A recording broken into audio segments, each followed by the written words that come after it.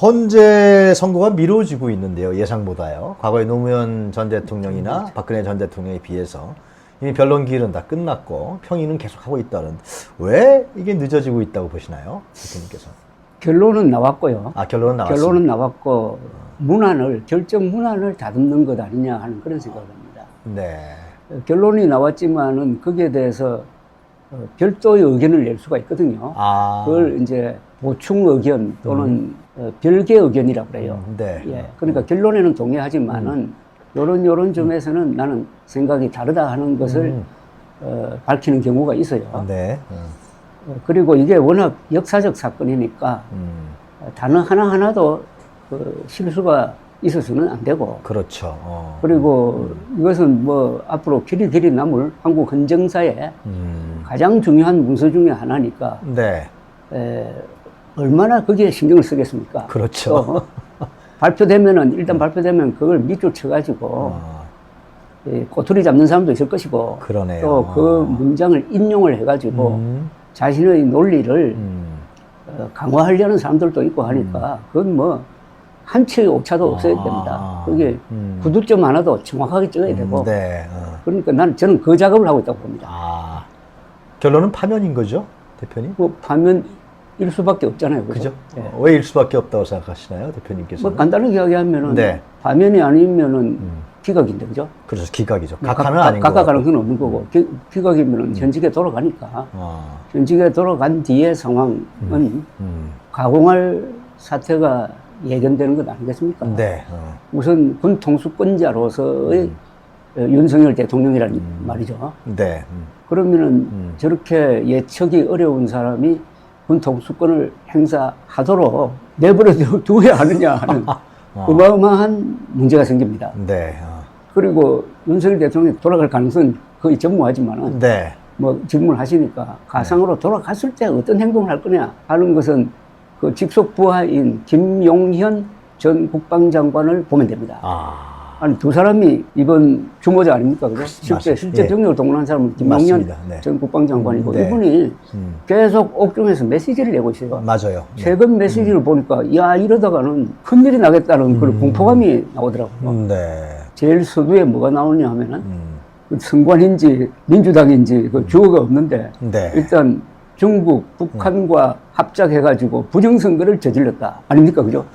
그러니까 거기에 대해서 가만히 있어서는 안 된다. 말미에 가면 처단하겠다는 게 나와요. 네. 자, 그러면은 부정선거를 저지른 세력이 네. 북한, 중국과 연계된 민주당. 한국의 어떤 세력, 네. 거기 선관위일 가능성이 많아요. 그 상상이 되십니까? 이런 망상을 가지고 있는 사람이 네. 근데 윤석열 대통령이 복직하면은 김용현 전 장관도 국방장관으로 돌아올 가능성이 있다고 봐야 되는 것 아닙니까? 높다고 봐야죠. 있다고 봐는 건. 네. 이렇게 되면은 처단 피비린내가 나는 이야기예요. 그런 이야기를 변호인을 통해서 계속 하고 있다고. 그러면은 윤석열, 김용현 두 사람이 다시 대통령과 국방장관으로 돌아오는 상황을 한번 상상해 보면은 네. 이야말로 상상을 초월하는 어떤 사태가 예견되니까 거기에 대한 국민들의 반응이 또 격렬할 것 아닙니까? 네, 그러면은 그렇죠. 사실상 내전 상태로 가든지 예. 그야말로 그때는 이제 국민 저항권이라는 이 명분으로 서로 격돌을 하겠지. 국민정권이 그때 나오겠죠. 요새 국민 저항권이란 말을 윤석열 대통령 측에서 하고 있는데 정강훈이가 이거는 성립이 안 되는 게 국민 저항권은 불의한 권력을 상대로 합법적 수단이 봉쇄되었을 때 네. 마지막으로 하는 일종의 자연법적 행동 아닙니까? 네네. 그런데 뭐 윤석열 대통령이 지금 집권 세력인데 집권 세력에서 국민 저항권을 한다고 하면은 그 국민 저항권의 대상은 헌법이라고 볼 수밖에 없어요. 그러니까 그렇죠. 국민 저항권이라는 말을 함부로 쓰더라고. 우리나라에서 국민 저항권이 인정된 게 두 번 있습니다. 네. 4.19 때하고 그다음에 예. 5.18 때입니다. 예. 지금 그럼 8대 0이 안 될 수도 있는 건가요? 대표님 보시면 저는 어떠세요? 8대 0이 안 되기가 어렵다고 봅니다. 그래요? 그건 또 왜 안 그러신 되기가 건가요? 어려운 게. 네. 이게 이 사안은 비교적 간단하다고요. 예. 왜냐하면 밀실에서 이루어진 게 아니고 12월 3일 세계가 지켜보는 가운데서 실시간으로 네. 비상계엄령이 실시되고 있는 것을 봤습니다. 네. 그러니까 우선 국회로 쳐들어갔잖아요. 그런데 이 점에서 꼭 알아야 될 게 이 점을 언론인이나 아무도 강조를 안 하더라고. 네. 1940 8년 8월 15일 정부 수립 이후에 네. 10번 이상의 비상계엄령이 있었어요. 아, 그런가요? 단 한 번도 군대가 국회로 들어간 건 없습니다. 국회 해산은 있었어요. 네. 왜 국회로 들어간 적이 없느냐? 헌법에도 계엄법에도 국회로 들어갈 수 없게 돼 있거든. 네. 예. 그리고 국회를 봉쇄한 적은 있어요. 1980년 5월에 네, 그 네, 국회 봉쇄 자체가 네. 전두환 그룹에 대한 네. 내란죄 구성을 뒷받침한 건데 그러나 국회로 들어간 건 없다니까요. 그러네요. 더구나 의사당 본관으로 들어간 건 이건 엄청난 일입니다. 그리고 물론 선관위에도 들어간 게 없죠. 들어간 적이 그렇죠. 없죠. 예. 그러니까 국회와 선관위에 계엄불이 들어갔다. 그리고 그 목적이 한쪽은 국회의원 끌어내는 거고 다른 네. 쪽은 서버를 그냥 가지고 나오는 것도 사실상 탈취인데 탈취해가지고 부정선거 있었다는 식으로 조작하려고 했다 하는 거는 이번 탄핵심리 과정에서 밝혀졌잖아요. 네. 탄핵심리 과정에서 가장 결정적 장면이 있었습니다. 그게 윤석열 대통령이 네. 이렇게 스스로 이야기를 합니다. 내가 김용현 장관에게 지시를 해가지고 군을 선관위에 투입하도록 했다. 그 이유는 부정선거 주장이 있으므로 그것을 확인하기 위해서 했다라고 딱 자백을 합니다. 네. 그런데 놀라운 사실은 그 언저리에서 계엄법에 따라서 이렇게 계엄법에 따라서 그렇게 할 수 있다고 해요. 이거는 첫째 네. 독립된 헌법기관 점거를 자기가 지시했다고 자백한 겁니다. 그렇죠. 그다음 두 번째 헌법과 법률에 무지하다는 걸 자백한 겁니다. 네. 헌법 제77조 그리고 계엄법 7조에 보면은 계엄군은 네. 행정사법에 대한 개입을 할 수 있다고 되어 있어요. 계엄령 펴지면. 그러니까 행정사법을 일시적으로 장악할 수 있다는 겁니다. 그런데 선관위는 행정기관이 아니에요. 네. 맞죠? 네, 그럼요. 그리고 헌법기관이 사법기관도 아니잖아요. 네. 이거는 독립된 헌법기관이니까 그 존재는 국회, 선관위, 헌법재판소 이 같아요. 네. 그런데 어떻게 대통령이 이 기본 사실을 모릅니까? 그러니까 이분은 헌법을 읽어보지 않고 비상계엄령을 폈다는 느낌이 딱 듭니다. 헌법을 읽어보지 않고. 네. 그 재밌는 게 네. 한동훈 전 대표가 쓴 책 있잖아요. 예, 국민이 먼저단가? 거기 보면은 아주 의미심장한 대목이 하나 나와요. 네. 계엄이 끝나고 윤석열 대통령하고 만났더니 그때 한동훈 당시 대표의 인상은 국회 해산권을 대통령이 가지고 있는 것처럼 착각하고 있는 것 같다. 그 언론에 보도가 네, 됐었죠. 어마어마한 일입니다. 그러니까 국회 해산권 없어요. 예. 국회 해산권은 제5공화국 헌법 때는 있었다고. 그리고 지금 제6공화국 헌법 아닙니까? 그건 네. 없다고. 없는데 계엄을 펴면서 자기가 국회를 해산할 수 있는 권한이 있다. 그래서 비상입법기구를 만든다. 하는 망상을 가지고 계엄을 폈을 가능성이 있다는 이야기예요. 예. 그러니까 느닷없이 등장한 네. 최상목 당시 부총리에게 준 예. 쪽지에 비상입법기구를 위한 예산을 마련하라는 내용이 있잖아요. 네. 그 비상입법기구는 국회 해산을 의미하는 거예요. 네. 그러면 아니 도대체 대통령이 헌법 수호자인 대통령이 헌법도 모르고 비상계엄령을 폈다 하는 걸 알 수가 있어요. 짐작할 수가 있습니다. 그러면은 헌법재판소의 판결은 여기서 거의 끝난 것 아닙니까? 아, 요새 또 기각 이야기가 들어가고 각하 이야기가 많이 나와요. 절차상의 문제가 있다고 자꾸만 그래. 각하 이야기는 이게 모순되는 건데 각하라는 것은 절차상의 문제다. 네. 뭐 소추장에 예. 거짓말이 많이 들어있다 해가지고 그건 각하하려면 빨리 해야지. 재판 다 하고 본안 판단 이미 했는데 그리고 뭐. 재판 아니 절차를 다 그러고 뭐 절차적 문제에 대해서 다 제기가 되면은 또 8명의 그 네. 재판관들 모여가지고 회의를 해가지고 결론을 내고 이렇게 해 왔잖아요. 예. 왔었는데 느닷없이 각하했다는 것은 지난 한 달 이상의 헌법재판소의 탄핵 심리가 다 무효였다는 것 아니겠습니까? 그러니까 무지하고 자기를 각하하는 거지. 그러니까 헌법재판소가 우리가 그동안에 헛공사를 했다는 걸 고백하는 게 각하예요. 뭐 각하 중에 중요한 이유를 드는 게 네. 뭡니까? 내란죄를 철회했다는 건데 그건 뭐 저 선례가 있지 않습니까? 네. 2017년 박근혜 대통령 때도 뇌물죄를 빼고 판단을 하고 네. 그것은 헌법재판의 취지와 맞다고 봅니다. 헌법재판은 이거 쉽게 말하면 일종의 징계 절차거든요. 그렇죠. 예. 그 다음에 이 사람을 잡아 넣어야 되느냐 아니냐는 것은 지금 수사로서 다투고 있으니까. 네. 사실은 내란죄를 한번 다루기 시작하면 밑도 끝도 없어요. 그렇죠. 예. 그 내란죄를 다루기 시작하면 이게 내란죄가 성립된다, 성립 안 된다는 걸 판단을 해야 된단 말입니다. 그렇죠. 예. 그런데 지금 형사재판이 진행되고 있는데 헌법재판소가 미리 판단할 수가 없죠. 그리고 대표님 그 문제는 어제도 계속 승복 논쟁이 있었어요. 그죠? 예. 근데 대표님께서도 페북에 올리셨는데 아 윤석열이 승복하는 게 중요한 거지 왜 다른 사람들 승복하라 그러냐 구차하게 이런 말을 하셨던데 그 의미 좀 설명해 주시죠. 네. 이 승복이란 말은 네. 양심의 자유에 위반되는 이야기. 양심의 자유라는 게 있으니까 승복하든 그렇죠. 안 하든 그거는 그 사람의 자유입니다. 그렇죠. 예? 다만 승복 안 할 자유는 있어요. 가슴 속에. 네. 근데 승복 안 하는 걸 행동으로 옮길 때 아. 여기서 이제 법 위반 문제가 생기는 문제가 거죠. 생기는 거군요. 그게 바깥으로 나와가지고 행동으로 바뀔 때. 그래서 윤석열 대통령도 승복 안 할 자유가 있어요. 네. 다만 그것은 마음속에서. 그러나 그걸 말로 하면서 불복을 선동하는 즉시 그때는 이제 범죄를 구성하겠죠. 그래서 윤석열 대통령한테 승복하라는 말이 그게 무슨 말이냐. 그러니까 마음속으로 승복하고 절대 바깥으로는 무슨 반대한다는 말은 하면 안 된다. 그 정도 취지라고 난 생각합니다. 그 정도 취지면은 윤석열 대통령한테 요구할 수 있어요. 그렇죠. 그 승복이라는 것은 행동으로 옮기지 말라는 거죠. 그러니까 그 대표님께서는 윤석열이 승복할 거라고 보세요? 그 사람의 지금까지 해온 행동이나 이런 거 보면은 하기가 좀 어려운 거 아닌가. 그렇죠. 그 사람 성격 그죠. 하려면 조금 일찍 했어야 되고 그렇죠. 타이밍이 그러니까 지난 25일이죠. 지난달 25일 최종 진술 때 네, 최종 그때 진술할 때 했어야죠. 그때 아주 명쾌하게 어떤 결과가 나오든 간에 난 받아들이겠다 이런 얘기를 했어야 되는 거지.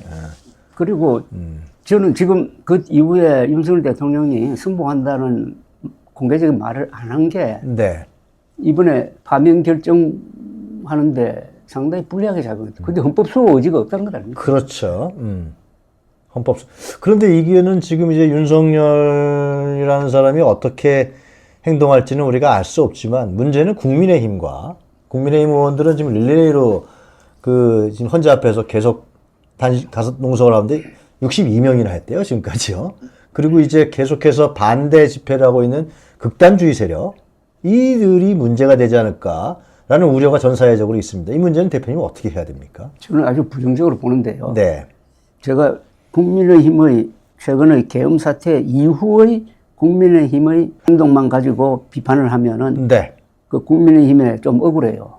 여기까지 이르게 된 그 전단계가 있거든. 예. 민주당의 아주 부적절한 행동, 예.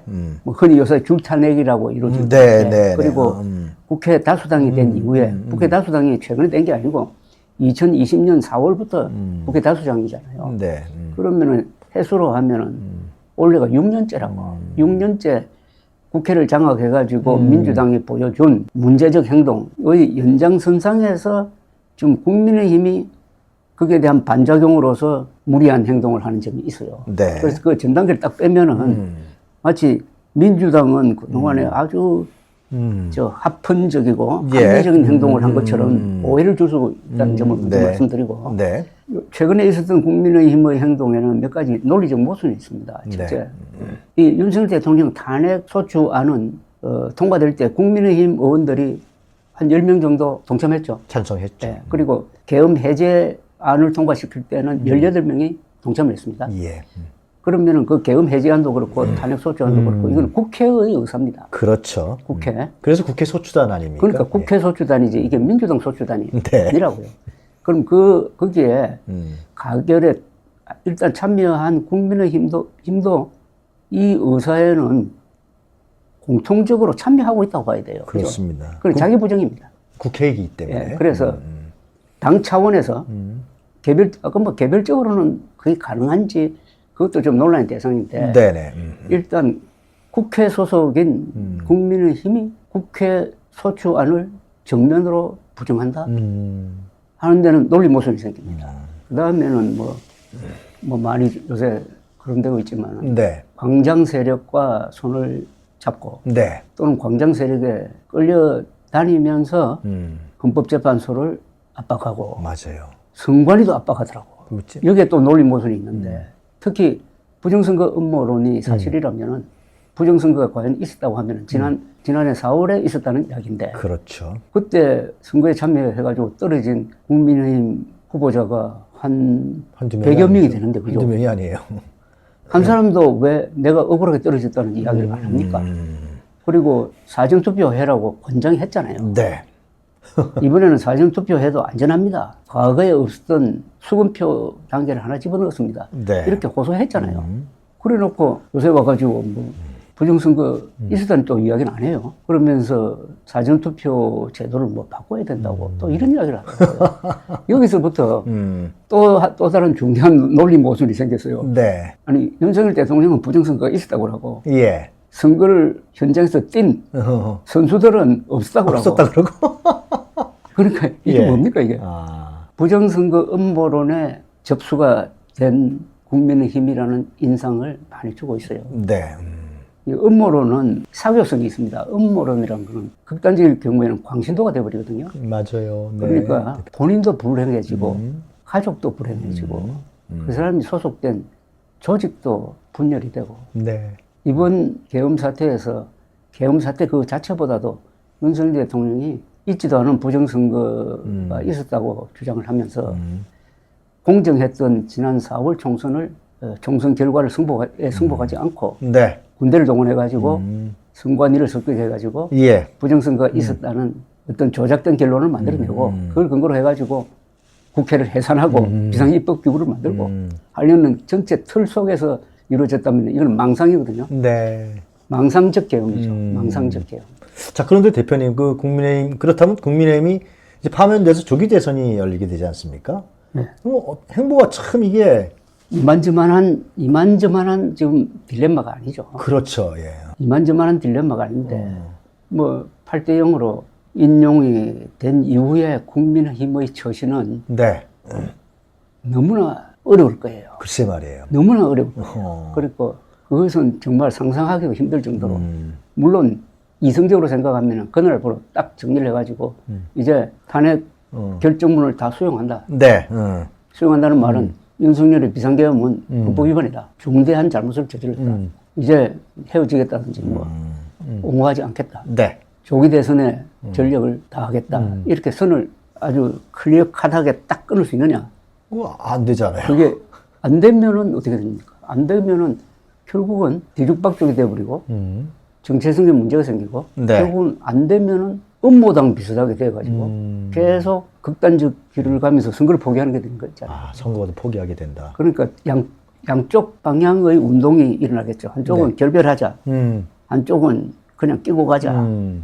두 가지 벡터인데 여기서 중간으로 가느냐. 중간으로 가는 게 이게 가장 합리적인 것은 네. 딱 이제는 끊고 이제는 탄핵의 강을 건너고 이제는 새 출발을 하겠다. 그동안 우리가 잘못한 거 있다. 네. 라고 국민들에게 고백하려면은 광장 세력이 그렇게 내둘까요? 그런 과정에서 한 달 사이에 대통령 후보를 만들어내는 경선을 해야 되니까요. 글쎄 말이에요. 그 경선도 쉽지 않겠구만요. 그래서 다만 저는 이제 낙관적으로 만약 전망을 한다면 네. 그렇게 해서 국민의힘 경선 과정이 재밌을 것 같아요. 그게 이제 노선 투쟁이 될 것 같아요. 그럼 광장 세력과 계속 가느냐, 즉 친윤 노선을 계속 가느냐, 예. 아니면 반윤으로 가느냐. 반윤이란 말은 친대한민국이라는 뜻이에요. 친윤은 반대한민국이라는 뜻이 됩니다. 반헌법이라는 세력이니까요. 그래서 두 노선이 충돌할 거예요. 근데 대표님 그걸 해결할 만한 자체적인 능력이 있다고 그건 보십니까? 두고 봐야죠. 그러니까 민주주의라는 건 좋은 게 이런 문제가 있을 때는 네. 듣지 않고 노출시키는 거 아닙니까? 문제를 노출시키면은 거기서 대충 좋은 방향이 결정되는 게 우리 민주주의 장점 아니겠습니까? 그래서 치열한 경선 과정을 통해서 친윤 후보와 반윤 후보가 대결하는 거예요. 대결해가지고 반윤 후보가 승리한다면은 그것은 국민의힘이 문제 해결을 한다는 것으로 받아들여지고 그런 경우에 그 반윤 후보가 이재명 만약 후보가 나온다면은 의 대결에서는 상당한 유리한 고지를 차지할 수 있는 거죠. 그러니까 윤석열을 정리한 후보가 나와가지고 이재명 후보의 사법 리스크를 지적하면은 그건 말빨이 쓰는 거지. 근데 윤석열 대통령을 끼고 그때 가면 이제 전 대통령이 될지 모르겠는데 전 대통령을 끼고 이재명 후보의 사법 리스크를 비판하면은 이게 좀 안 먹히잖아요. 그죠? 대표님,